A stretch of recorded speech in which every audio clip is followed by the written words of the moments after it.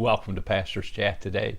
We're looking at Psalm 106, a great history lesson for the nation of Israel for generations to come, but at the same time, a great chapter to teach you and I that the sin of unbelief is a terrible sin that will keep us from enjoying the victories and the blessings of the Lord in our life. That's what we read throughout the Old Testament. We read the warnings in the New Testament, especially the book of Hebrews, because of their unbelief. Over again it says they did not enter their land of rest. We do not enjoy the rest that Jesus has promised us in Matthew chapter 11:28, when he says, "Come to me, all you that labor and are heavy laden." Oh me, so many of us today, we labor, we work, we run in circles from here to there, and we're overwhelmed with the burdens of life. But Jesus says, "Come to me." One of the hardest things that Oswald Chambers says that we do and we refuse to do is just simply come to Jesus. Come to Jesus. Jesus says, "Come to me." And he says, "I will give you rest. Take my yoke upon you. Learn of me, for I am meek and lowly in heart, humble in heart, and you will find rest to your souls." And that's what the book of Hebrews is about. That's what this chapter, in a sense, is about, teaching us, not only the nation of Israel, the generations to come, but teaching us. We find our rest every day in our belief, in the heartfelt just knowing that Jesus is all we need. He has everything we need, and he'll be there to meet every need in our lives. Come to me, Jesus said. Well, let's look at these verses again that we're looking at here in Psalm 106, beginning in verse 13, as we see no sooner that they get out of the land of Egypt and come to the Red Sea, and God does a marvelous miracle there in verses 7 through 12. It says, "Then they believed his works, his words, and they sang his praise." But the very next verse, "They soon forgot his works.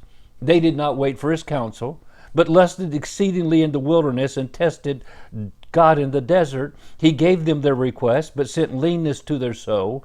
And what we're reading there in Exodus chapter 15, no sooner that they cross the Red Sea, God destroys the armies of Pharaoh right in front of their eyes, and then they go a little ways and they don't have any water to drink. Or, well, they did. They found some waters at Marah, but the water was bitter. And they say, "Oh, Moses, why had you brought us out in this wilderness? What are we going to drink?" And you remember the story. Moses was told by God, cut down a tree, throw it in the water, and the bitter water will become sweet.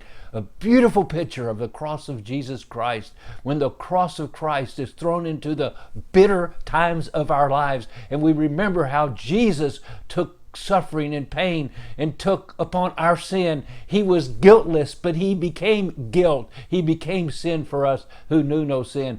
We remember that. And my friend, when we throw the cross in, oh, that bitter water can turn into sweet water, and we enjoy the suffering of his fellowship. Philippians chapter 3. And so what a wonderful chapter as we look at this chapter. So they lusted. They said, "Give us water, give us food to eat." And God gave them their request, but he sent leanness to their soul. Now, we've talked about that before, but then in verses 16 on, "Then they envied Moses in the camp and Aaron, the saint of the Lord. The earth opened and swallowed Dathan, covered the faction of Abiram, and fire was kindled in their company. The flame burned up the wicked." And then these verses deal with the rebellion of Korah. And this took place, of course, in Numbers 16 and 17. You can read about it in detail there. And so right after the people of Israel get there and start their journey in the wilderness, the next thing you know, after Kadesh Barnea, where they had refused to go into the land because they wanted to see it before they went in there. Next thing you know, they're rebelling against God and these people, these Levites, and we'll talk about that in our blog. And I just trust that as you read these verses, you'll remember the sin of unbelief will keep you from entering into the rest that God wants for you. Come to Jesus, and he says, will give you rest today. God bless you, and you have a wonderful, wonderful day.